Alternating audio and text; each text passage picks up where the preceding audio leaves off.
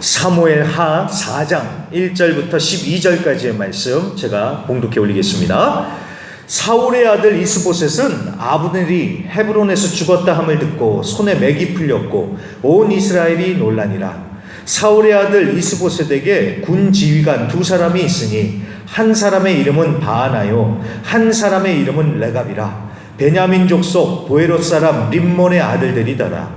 보에롯도 베냐민 지파에 속하였으니 일찍이 보에롯 사람들이 깃다임으로 도망하여 오늘까지 거기에 우거함이더라. 사울의 아들 요나단에게 다리 저는 아들 하나가 있었으니 이름은 무비보셋이라. 전에 사울과 요나단이 죽은 소식이 이스라엘에서 올 때에 그의 나이가 5살이었는데 그 유모가 안고 도망할 때 급히 도망하다가 아이가 떨어져 절게 되었더라. 보에롯 사람 림몬의 아들 레갑과 바하나가 길을 떠나 볕이 쬐을 때쯤에 이스보셋의 집에 이르니 마침 그가 침상에서 낮잠을 자는지라. 레갑과 그의 형제 바하나가 밀을 가지러 온 채 하고 집 가운데로 들어가서 그의 배를 찌르고 도망하였더라.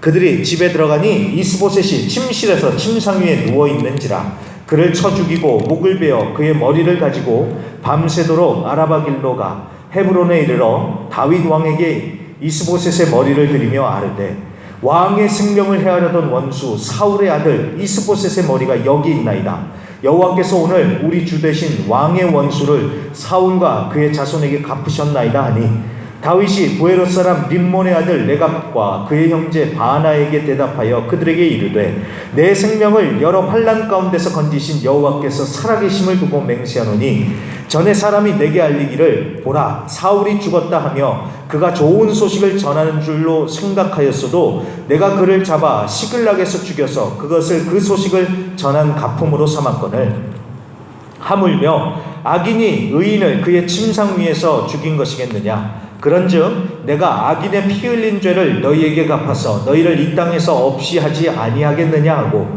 청년들에게 명령하매 곧 그들을 죽이고 수족을 베어 헤브론 목가에 매달고 이스보셋의 머리를 가져다가 헤브론에서 아브넬의 무덤에 매장하였더라. 아멘. 자, 사무엘하 4번째 시간입니다. 뻔하지 않은 왕자의 게임이라는 제목으로 오늘 말씀 증거하겠습니다.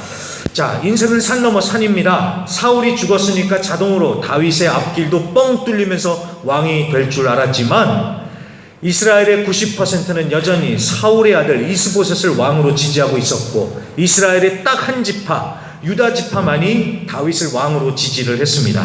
자, 그래서 그렇게 양 진영 간의 대치가 길어지면서 장기화가 됐는데 시간이 지날수록 점점 다윗의 집은 강해져 가고 사울의 집은 점점 약해졌다라는 것이 사무엘하 3장 1절의 말씀입니다.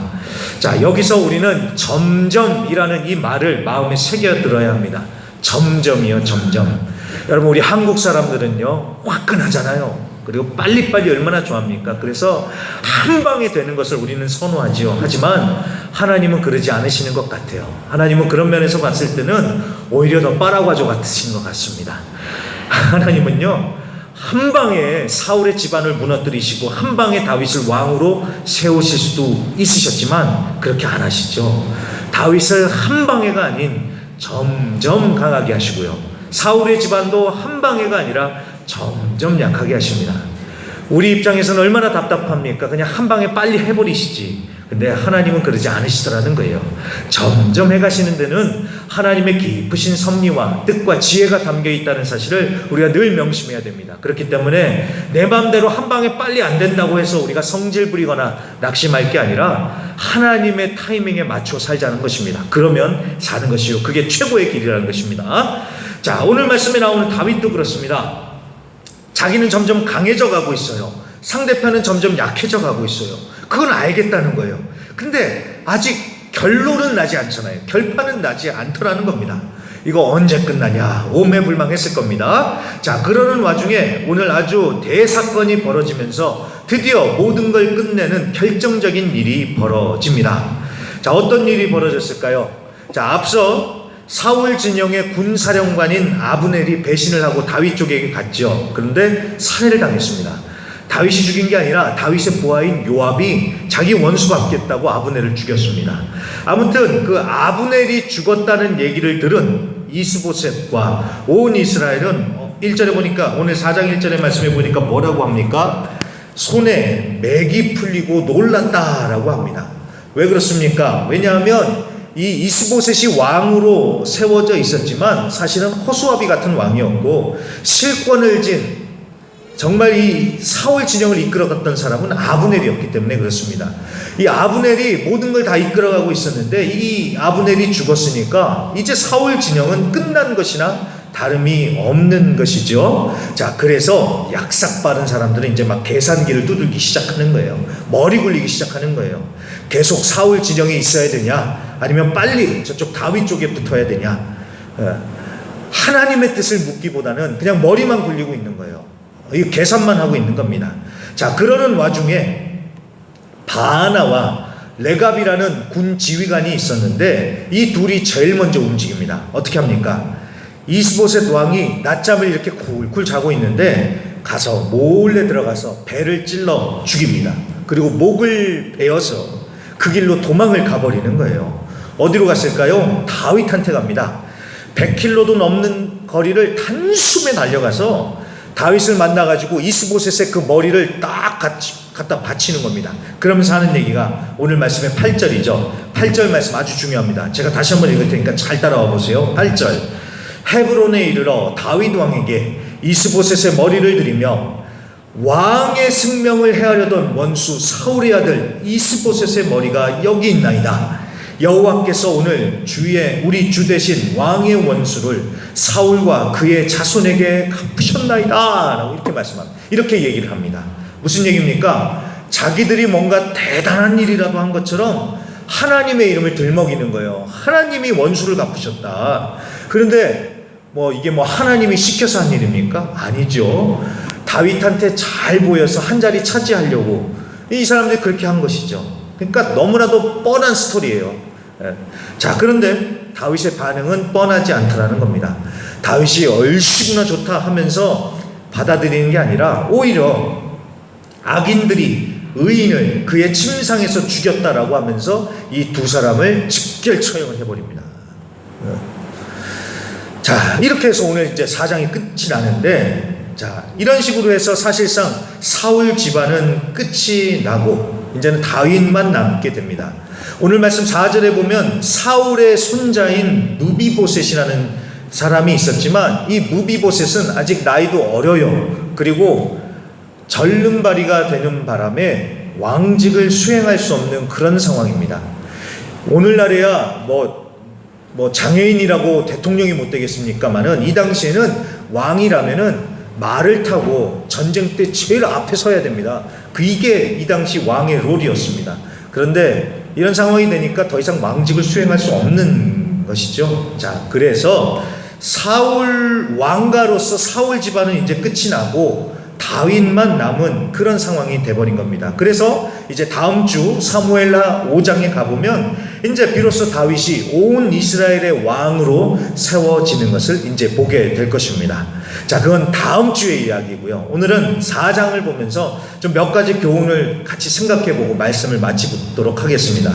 자, 먼저 첫째로요, 이스보셋 왕을 보시면요, 1절에 보면 이 이스보셋은 군사령관인 아브넬이 죽었다라는 이 얘기를 듣고는 손에 맥이 풀렸다라고 이렇게 얘기를 합니다.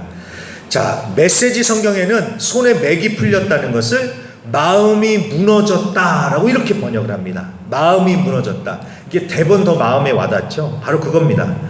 이스보셋 왕이 마음이 무너진 거예요. 왜 그럴까요? 그동안 그렇게 의지했던 아브넬이 죽었으니까 마음이 무너진 겁니다. 그런데 여러분, 이것은요, 사람을 의지하기 시작한 그 순간부터 이미 예정된 결말입니다. 여러분, 사람이 어디 의지할 대상입니까? 제가 늘 말하지만 여러분, 사람을 의지하잖아요. 꼭 사람 때문에 실망하고 사람 때문에 섭섭한 일 당하고 사람 때문에 시험 드는 법입니다. 사람을 의지하면 그래요. 그래서 하나님이 이렇게 말씀하십니다. 시편 146편 3절부터 5절 말씀 좀 띄워주세요. 귀인들을 의지하지 말며 도울 힘없는 인생도 의지하지 말지니 그의 호흡이 끊어지면 흙으로 돌아가서 그날에 그의 생각이 소멸하리로다. 야곱의 하나님을 자기의 도움으로 삼으며 여호와 자기 하나님에게 자기의 소망을 두는 자가 복이 있도다. 아멘. 사람은 의지할 게 못 된다는 거예요. 그러니까 하나님만 의지하고 하나님만께만 소망을 두라는 것입니다. 철칙입니다, 여러분. 사람 의지하면 꼭 사람 때문에 섭섭한 일 당하고 꼭 사람 때문에 시험 당합니다. 사람 의지하지 마시고 하나님만 의지하시고 하나님께만 소망을 두십시오. 그리고 사람은요, 의지할 대상이 아니라 그저 사랑하고 베풀고 품을 대상입니다. 다 그겁니다.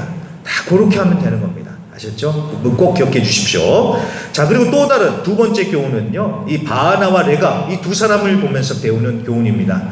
이 두 사람은 기회주의자들입니다. 기회주의자예요. 계속 상황을 지켜보면서 이쪽에 붙을까 저쪽에 붙을까 계속 이 머리만 굴리는 겁니다. 그러다가 이쪽에 별 볼 일이 없으니까 바로 배신하고 딴 쪽에 붙어버리는 것이죠. 참 나쁜 사람들인데, 여러분, 근데 나쁘기는 해도 여러분, 이게 세상 사람들이 살아가는 방식 아닙니까? 세상 사람들은 이렇게 살아가지 않습니까? 그런데 정말 안타까운 것은 세상 사람들만 그렇게 사는 게 아니라 하나님을 믿는다고 하는 우리들도 이렇게 상황을 봐가면서 머리 굴려가면서 선택을 할 때가 얼마나 많습니까? 자, 그런데 이 사람들이 정말 괘씸한 건 이겁니다.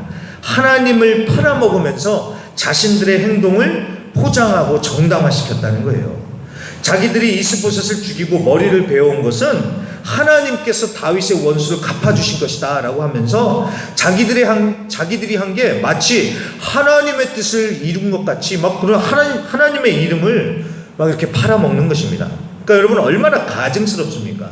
그동안은 사울 쪽에 붙어 있다가 이제는 기울어지니까 바로 배신해서 모시던 왕을 죽이고는 반대편으로 와서 우리가 하나님의 이름으로 다 한 거다, 이렇게 얘기를 하는 거예요. 얼마나 간사하고 악합니까? 근데 여러분, 사람이요, 우리가 다 그래요. 우리가 다 이렇게 간사하고 악합니다. 자기가 하고 싶은 대로 해놓고서는요, 이건 하나님의 뜻이다, 하나님이 하신 것이다, 이렇게 포장을 하고 정당화를 합니다. 그래서 여러분, 이 두 사람을 보면서 분명히 우리는 교훈을 마음에 새겨야 합니다. 이쪽 저쪽 눈치 보면서 수쓰고 꼼수 부리다가는요, 자기 꾀에 자기가 넘어가는 겁니다. 그리고 꾀 부리려 하지 말고 우리는 하나님의 뜻을 구하는 자들이 돼야 되고요, 또 자기가 해놓고 하나님의 이름, 하나님의 뜻을 갖다 붙이면 안 된다는 것을 우리가 철저하게 명심해야 되겠습니다. 자, 그리고 이제 마지막입니다.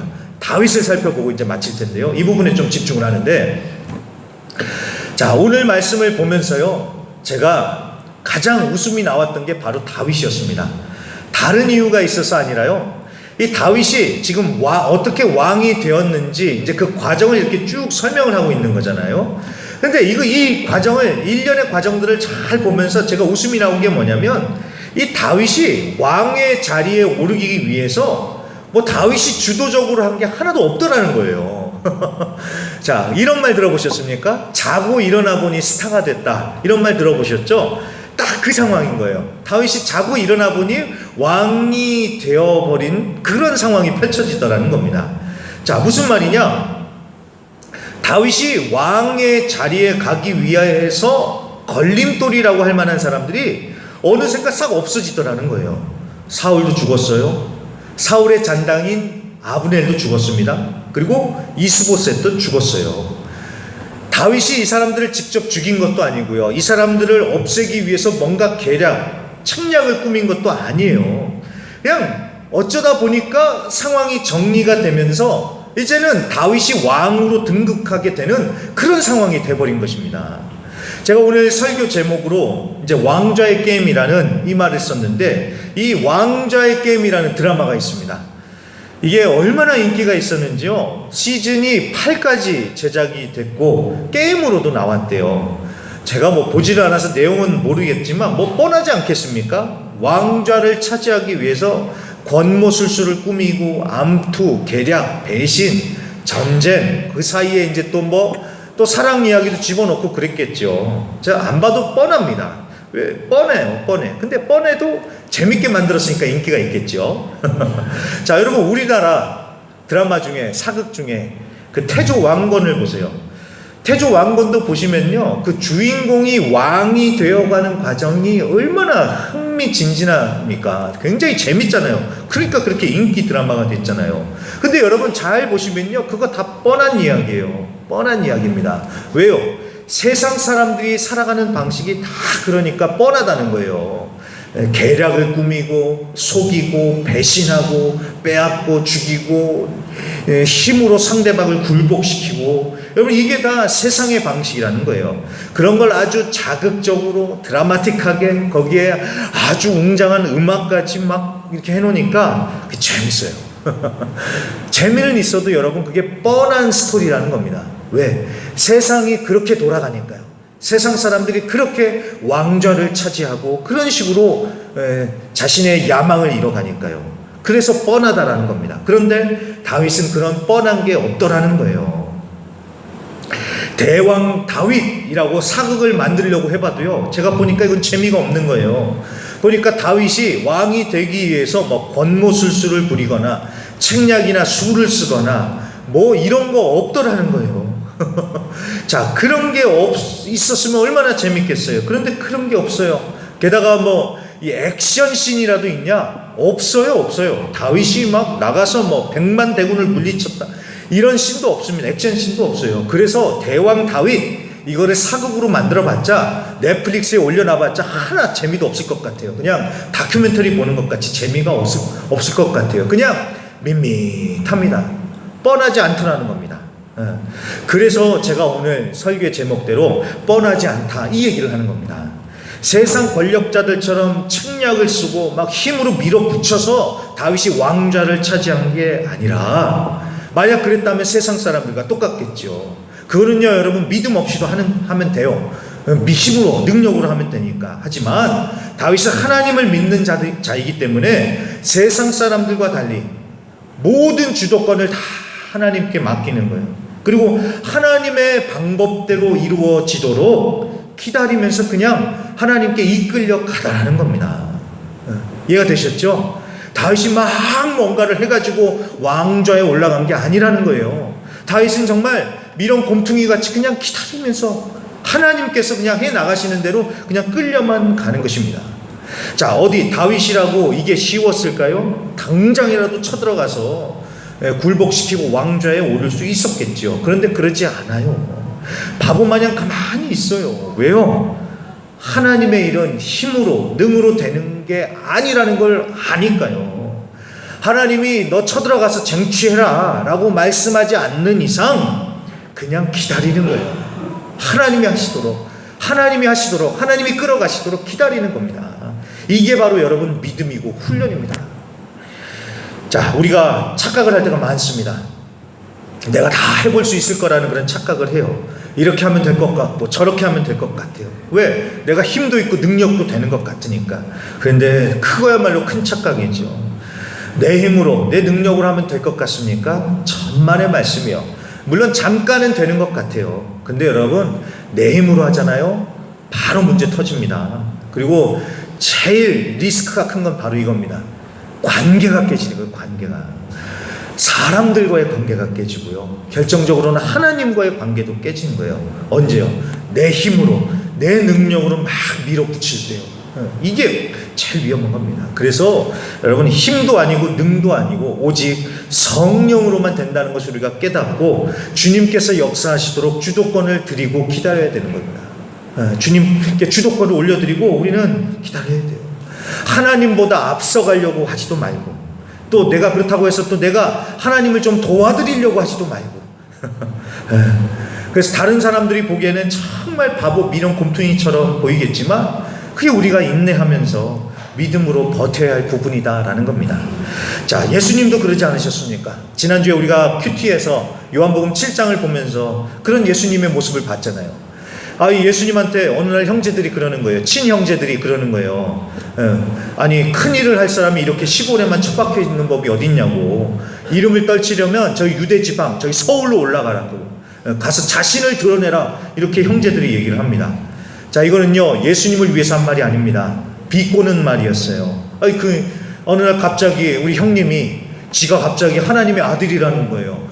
지가 그리스도 메시아라는 거예요. 이거 미쳤다는 거예요, 우리 형이. 예. 그래서 그런 얘기를 하는 겁니다. 그런데도 예수님은요, 흔들리지 않으십니다. 예수님의 답은 일관됩니다. 아직 때가 아니다. 아직 때가 아니다.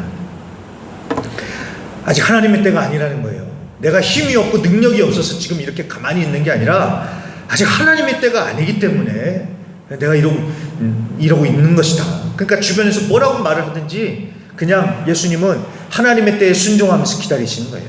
참, 예수님도 그렇게 사셨습니다. 근데 다윗도 그랬다는 거예요. 자기 힘으로 능력으로 빨리 끝내고 싶었겠지만 흔들리지 않고 하나님에 대한 중심을 지키면서 끝까지 인내하며 주님께서 하실 것을 기다렸던 거예요. 자, 그게 쉽지가 않지요. 그게 쉽지가 않지요. 그래서 그 부분이 바로 우리의 믿음이 작동해야 될 부분이라는 겁니다.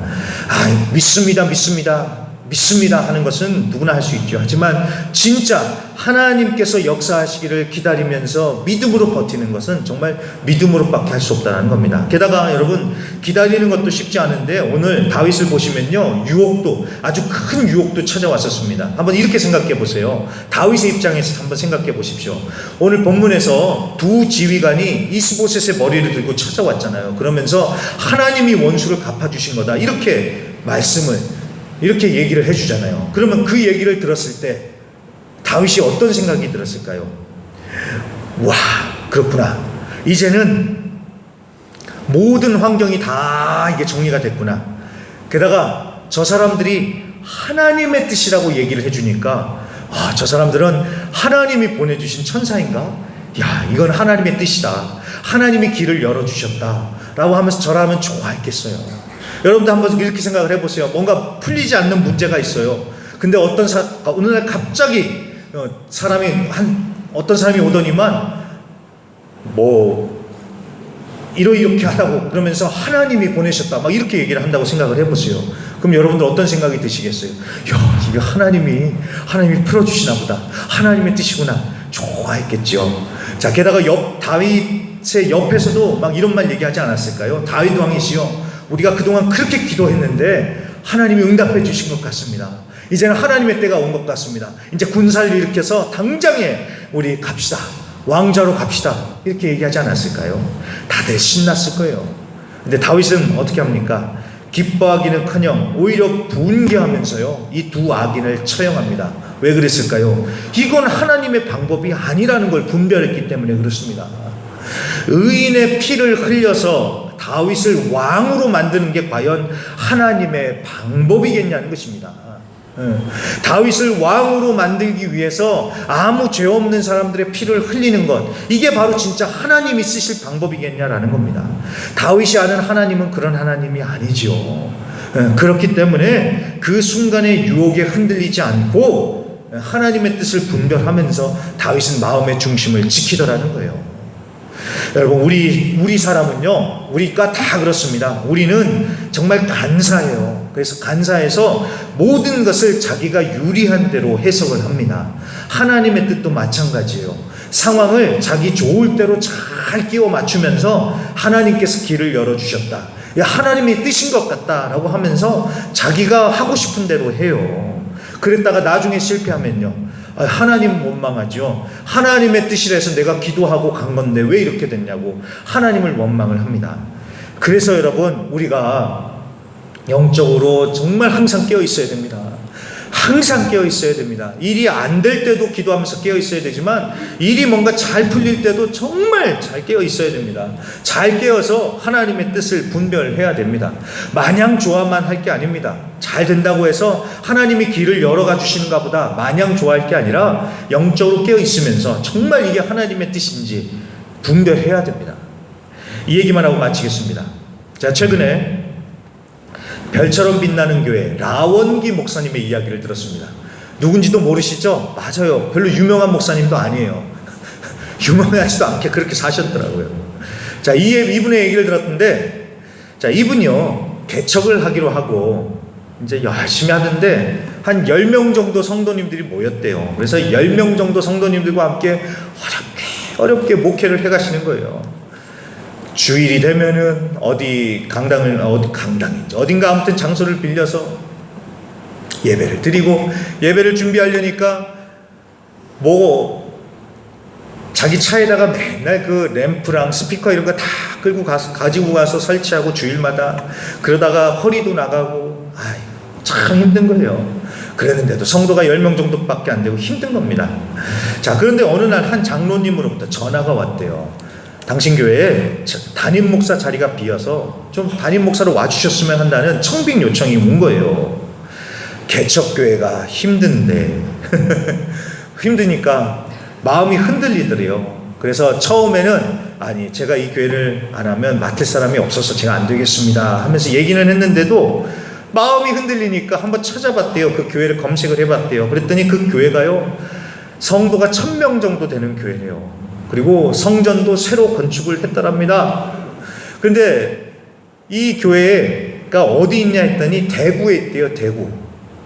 근데 마침 대구에 이 목사님의 부모님이 거기 사시는 거예요. 그러니까 그래, 내가 그 교회로 부임을 하면 우리 부모님도 자주 찾아뵐 수 있겠구나.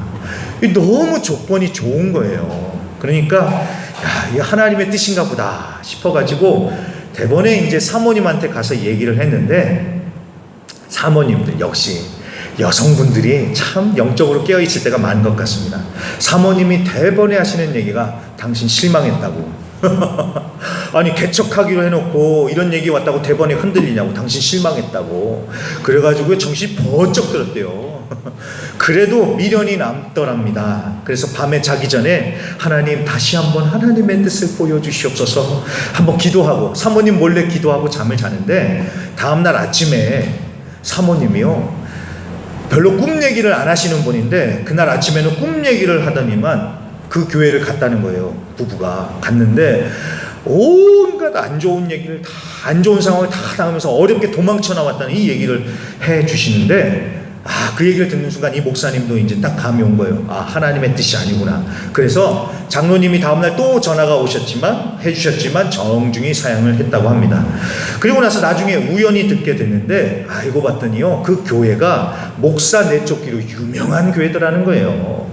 그래서 그 얘기를 듣고 하나님이 막으셨나 보다라고 그런 생각을 하셨다는데, 물론 그 교회가 뭐 목사를 쫓아내는 거에 뭐 유명한 교회든 아니든 하나님이 진짜 보내시면 가야지요. 그렇지 않겠습니까? 그런데 하나님께서 특별한 사인을 보내주신 것도 아니고 하나님께서 특별하게 말씀해 주신 것도 아닌데 그냥 이리저리 상황을 맞춰보다가 이건 하나님의 뜻인 것 같다라고 단정 지으면 안 된다라는 것이죠. 그렇죠? 바로 그 얘기를 하는 것입니다.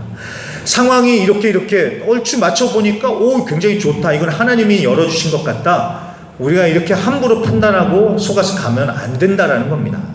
하나님께서 특별하게 말씀하시기 전까지는, 정말 하나님께서 가라고 하셨다라고 하시기 전까지는 우리는 움직이면 안 된다라는 겁니다. 그럼요, 뭐 어떻게 해야 됩니까? 그냥 그 자리에서, 있는 자리에서, 답답하더라도 그 있는 자리에서 하나님을 향한 우리의 마음을, 중심을 지키면서 최선을 다하고 충성을 다하면 돼요. 그 삶에.